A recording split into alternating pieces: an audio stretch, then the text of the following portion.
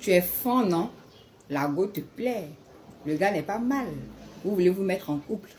Ou vous êtes déjà en couple. Mais est-ce que tu sais que il y a 21 petites choses dont vous n'avez pas parlé qui fragilisent le couple à long terme? Il y a des petites attentions à clarifier dès le départ pour éviter les frustrations à long terme.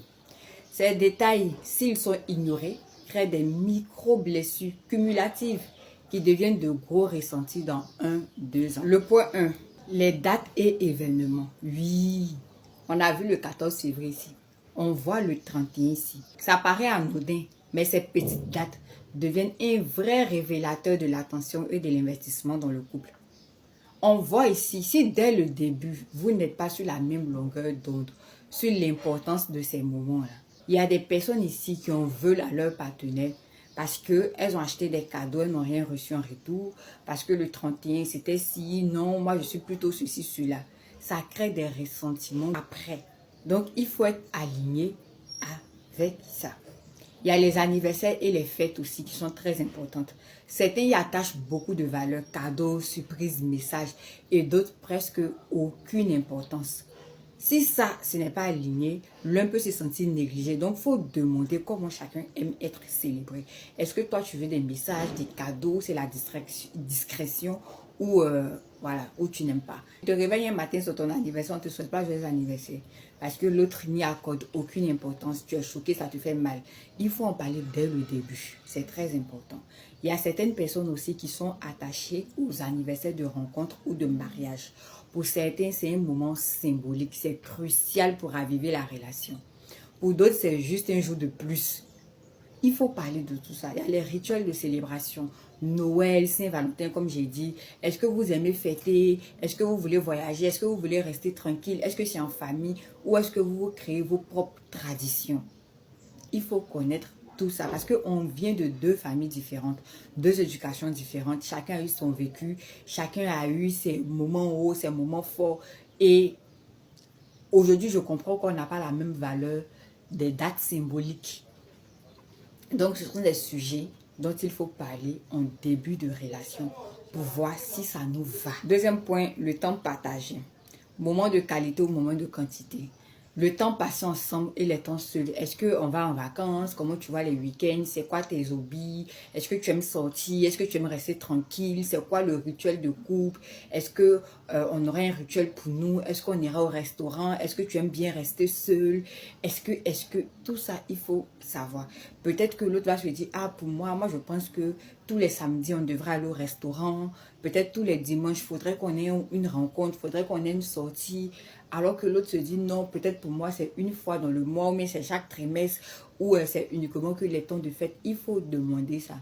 Comment est-ce qu'on meuble notre temps pour romantiser notre vie de couple? Il faut parler de tout ça. Le point 3, communication et résolution.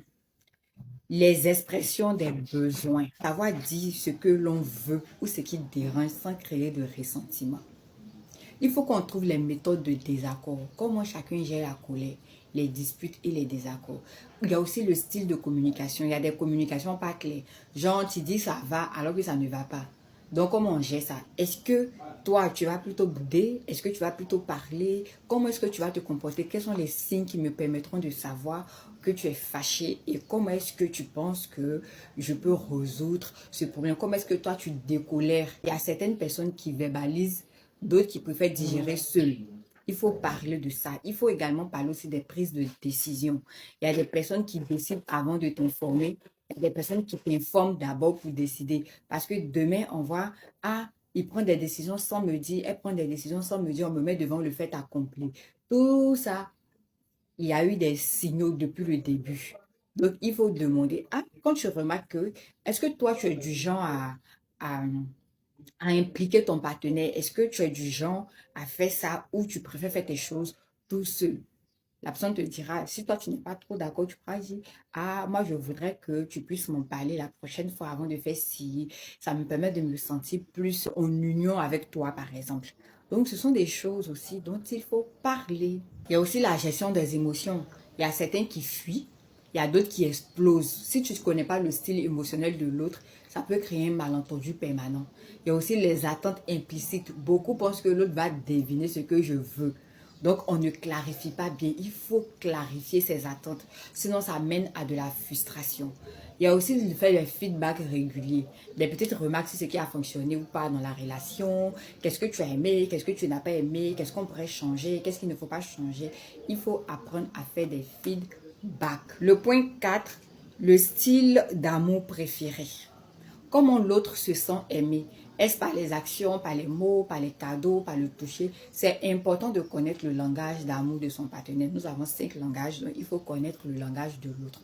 Savoir aussi si l'autre est plutôt surprise ou spontanéité. Quand tu connais le langage de ton partenaire, tu apprends à parler son langage parce que c'est ce langage-là qu'il comprend. Et lui aussi, inversement, apprend à parler ton langage comme ça. Vous vous comprenez. Et tout le monde est d'accord, tout le monde est gagnant. Le point 5, gestion des imprévus et du quotidien. On a les voyages, on a les événements familiaux, on a les changements de plan.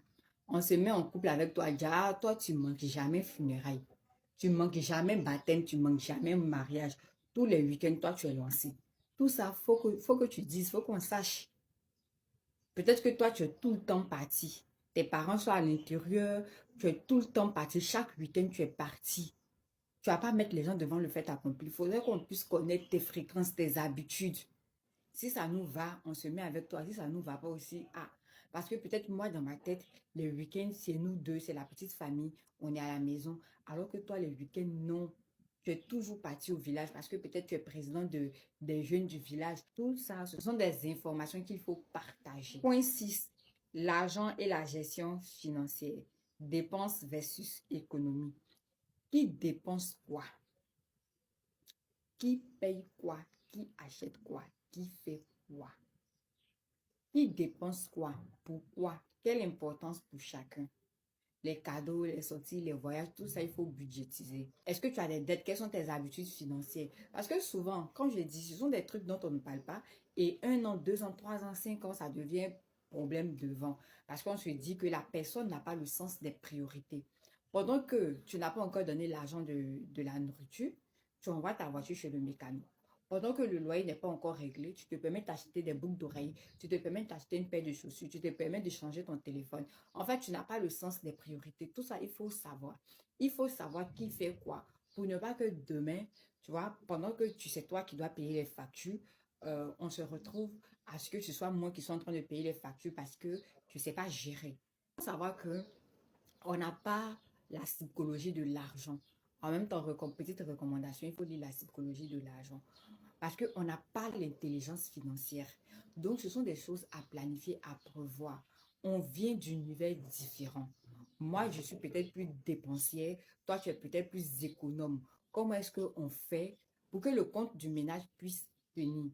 Il faut connaître son profil financier et voir si on est aligné avec. 7e point, les relations avec l'entourage.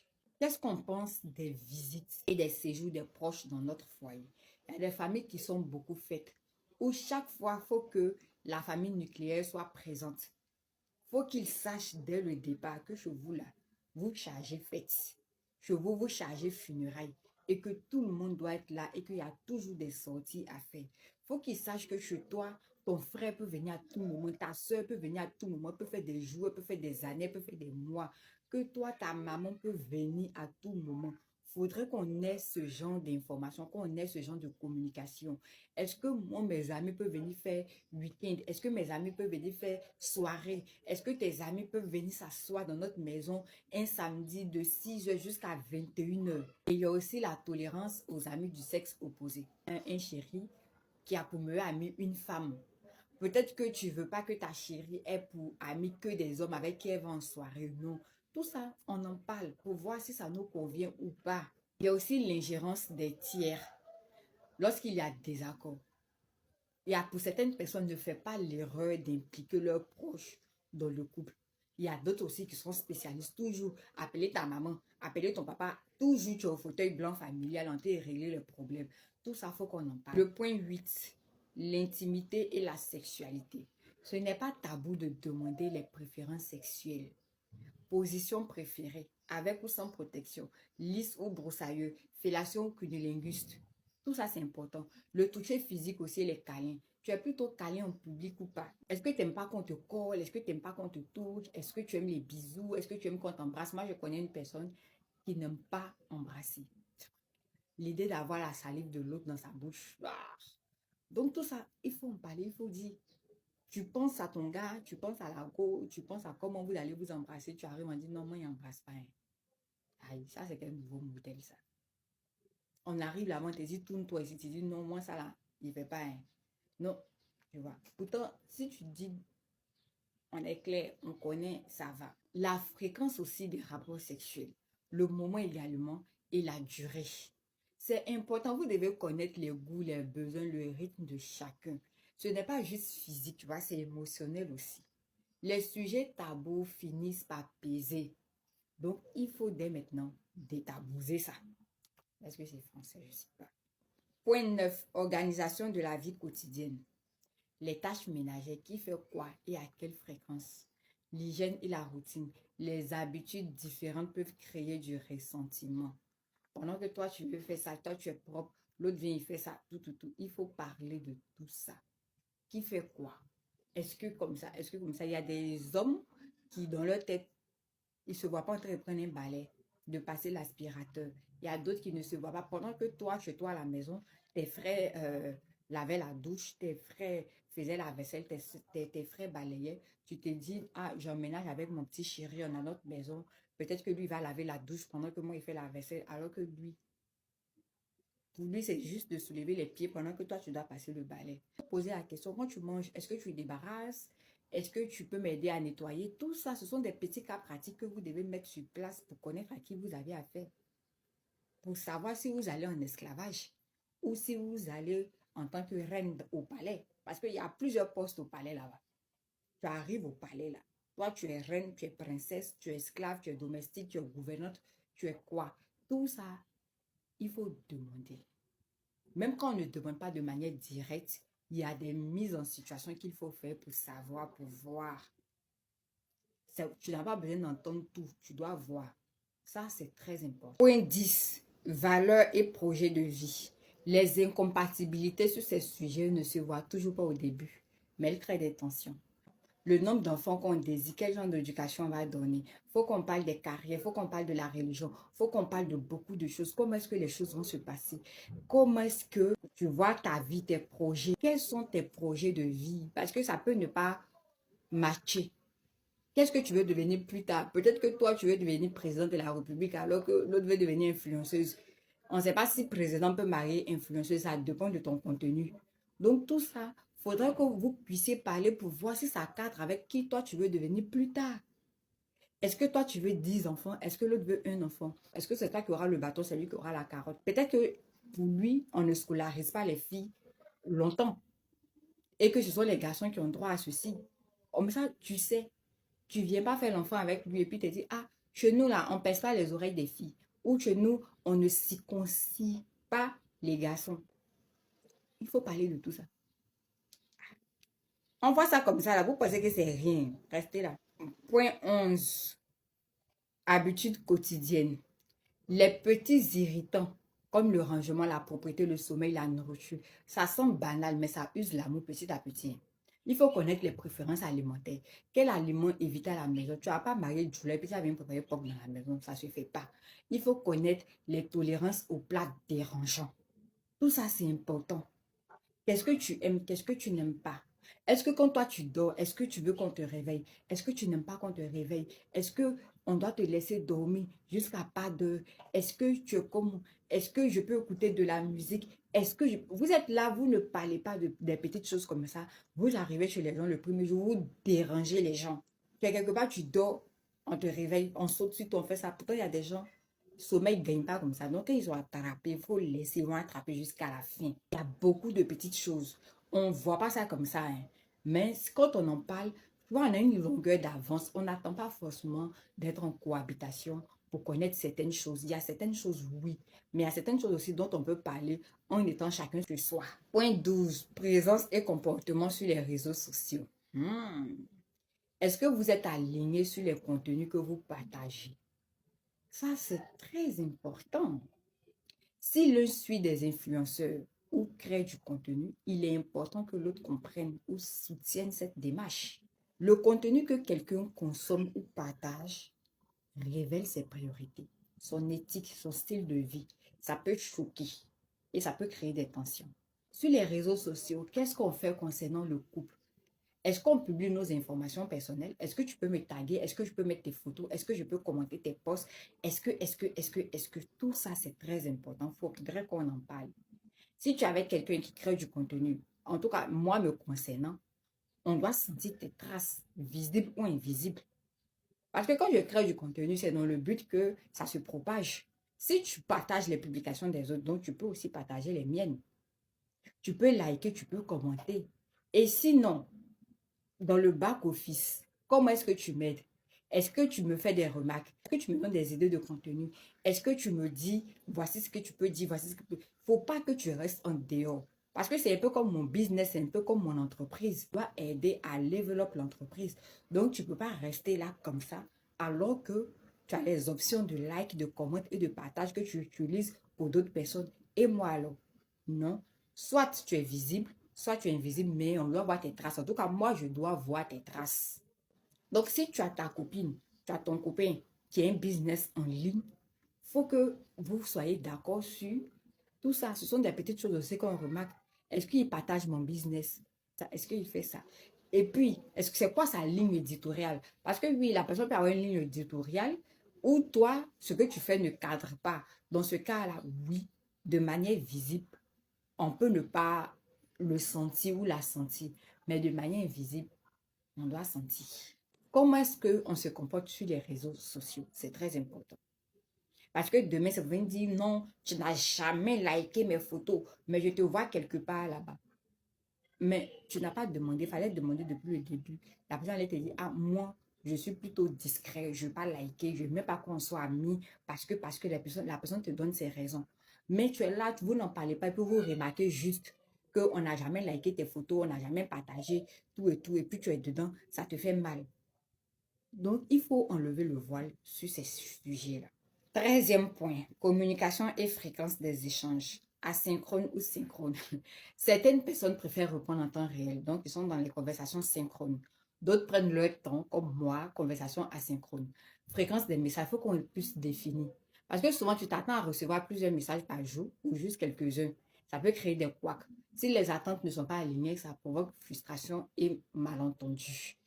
Quelle est notre fréquence? Est-ce qu'on fait plus d'appels téléphoniques, appels vidéo? Est-ce que c'est plus message? Est-ce qu'il faut impérativement répondre aux messages urgents? Ou est-ce que, parce que souvent on va te dire, mais toi tu es tout le temps sur ton téléphone, mais à peine tu réponds à mes messages. Oui, je peux être sur mon téléphone, mais peut-être que je suis en train de faire ci, je suis en train de faire ça. Moi, je suis peut-être plus conversation asynchrone. Je ne réponds pas vite aux messages. Donc, il faudrait que je puisse te dire en même temps, je ne réponds pas vite aux messages parce que voici un peu ce que je suis en train de faire. Ce qui fait que, non, il y a d'autres qui sont conversations synchrones. Ils répondent en temps réel, de manière comme ça. Tic, tic, tic, tic. Dès que tu envoies, tu vois la personne en train d'écrire en même temps. Et quand toi, tu ne rentres pas dedans, ça crée des couacs. Donc, il faudrait qu'on puisse s'entendre sur ça. Ah, chérie, oui, moi, je suis conversation asynchrone. Tu me laisses un message, je réponds dès que je peux. Voilà. On est d'accord, on sait que c'est comme ça que tu es.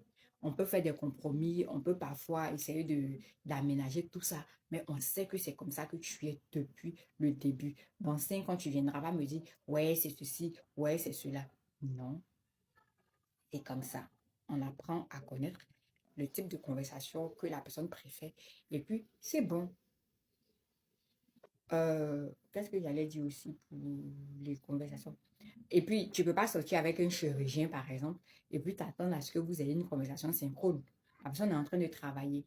Donc, ça, ce sont des messages groupés que tu reçois depuis le matin. Bonjour chérie, j'espère que tu vas bien. Je te souhaite bonne nuit, bonne fête de Saint-Valentin, bonne Pâques, c'est fini.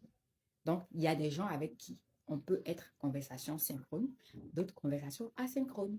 Tout ça, il faut connaître le profil. On est bon? OK. 14, les relations externes. Quel type de contact on accepte? Est-ce que tu peux parler avec tes ex? Est-ce que tu peux avoir des pointeurs? Est-ce que tu peux parler aux hommes? Est-ce que tu peux parler aux femmes? Comment est-ce que ça se passe? Il faudrait qu'on puisse savoir. Il y a des personnes pour qui il n'y a pas à faire de pointeur. Il y a d'autres aussi qui ont une autre définition de pointeur. Il y a d'autres qui ont une autre définition des ex. Donc, il faut en parler. Point 15, hygiène et intimité corporelle. Par exemple, l'utilisation de la salle de bain, les besoins corporels devant l'autre. Est-ce que toi, tu peux faire pipi? Est-ce que tu peux faire popo? Est-ce que tu peux faire les paix devant l'autre? Vous savez, il y a des gens qui ont le dégoût facile. Comme moi. Moi, j'ai le dégoût très facile. Donc, je vais te demander, je te dirai en même temps les choses que je n'aime pas pour ne pas que tu puisses les faire devant moi tout en te disant que ça fait partie de nous. Si j'ai pas fait ci devant toi, c'est que je t'aime pas. C'est non, moi, ça, c'est pas moi. Si tu m'aimes assez, c'est le moment même de ne pas faire certaines choses devant moi. Moi, je ne suis pas dans les histoires de tant que tu n'as pas fait ça, tant que donc on n'est pas vraiment intime, on n'est pas vraiment que non, non, j'ai pas besoin de ce genre d'intimité. Donc, il faudrait que vous puissiez parler de ça. Est-ce que toi, on peut faire ci devant toi? Est-ce que toi, on peut faire ça devant toi? Est-ce que ça te dégoûte? Est-ce que toi, tu es en accord avec ça? Et on est tranquille. On ne vient pas pour dégoûter son ami ici. Il faut savoir ce qui gêne, ce qui dérange. Il faut respecter le mystère et l'intimité. Certaines choses restent privées, même dans la cohabitation. Point 17. Cohabitation et rythme personnel. On a le temps de récupération. Il y a d'autres qui veulent être juste là par moment, en train de lire. D'autres veulent écouter la musique. D'autres veulent rester un peu calme. Comment est-ce que on aménage les espaces personnels? Comment est-ce que ça se passe? Il ne faut pas penser que pendant que moi je suis en train de faire ça, ça veut dire que je ne te prête pas de l'attention. Il ne faudrait pas que l'autre pense que... Donc, il y a des gens qui ont besoin de silence, d'activités personnelles, de moments de solitude. Il faut respecter le besoin de bouillonner ou le besoin de réfléchir, de rester seul. Il faut aménager les espaces personnels. Ça aussi, c'est important. Le point 18, religion et spiritualité. Si l'un est très pratiquant et l'autre pas, si l'autre a une religion différente, ça peut créer des incompréhensions, des conflits sur l'éducation des enfants, sur les fêtes, etc. Il faut parler de ça. Le style de prière également. Certaines personnes aiment prier régulièrement, faire la méditation, faire des rituels, alors que l'autre peut être détaché. Lui s'en fout, l'autre s'en fout.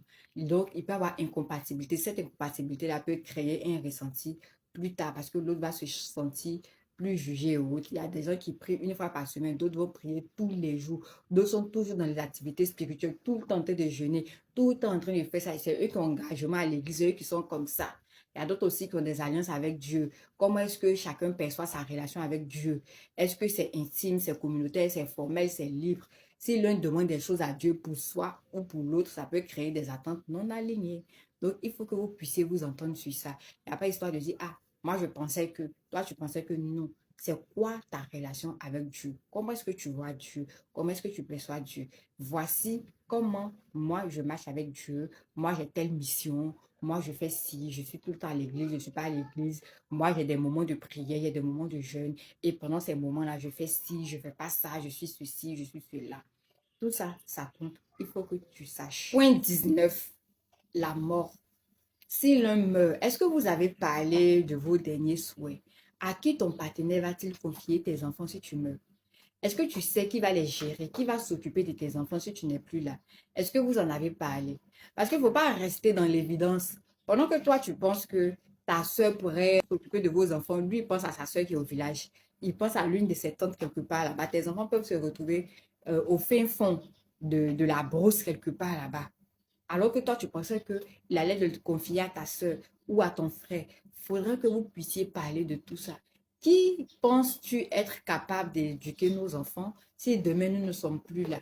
Ah, ma maman peut. Tout ça, on en parle pour que l'autre puisse savoir. Et en même temps, on ne peut même pas en parler à la personne concernée. Ah, si demain on n'est plus là, on voudrait que ce soit toi qui puisse gérer nos enfants, éduquer nos enfants, tout ça. Et on voit dans quelle mesure est-ce que c'est possible. On en parle en même temps pour qu'on soit d'accord, on fasse des compromis. Je te dis directement, ah, c'est moi, je ne suis plus là. Je ne veux pas que mes enfants partent dans ta famille. Je veux plutôt que tu les laisses dans ma famille ou je préfère que tu les emmènes dans ta famille parce que je juge que ma famille n'est pas apte ou ma famille ne m'aime pas assez pour s'occuper de mes enfants. Ce sont des choses dont vous devriez parler. Point 20, situation civile. Est-ce que la personne a un casier judiciaire? Quelqu'un te drague, tu ne sais pas si la personne a un casier judiciaire, si son casier judiciaire est vierge. C'est ta situation matrimoniale, oui, parce qu'il ne faut pas demain tu vas venir dire que tu ne savais pas que la go était mariée ou le gars était marié. Tu sais, et puis si tu veux, tu acceptes en connaissance de cause. Donc, tu demandes état civil, tu demandes casier judiciaire, tu demandes aussi si tu veux, je sais pas, demande ce que tu peux demander en tout cas. Le dernier point là, tu es en couple. Tu as déjà été en couple. Tu seras en couple.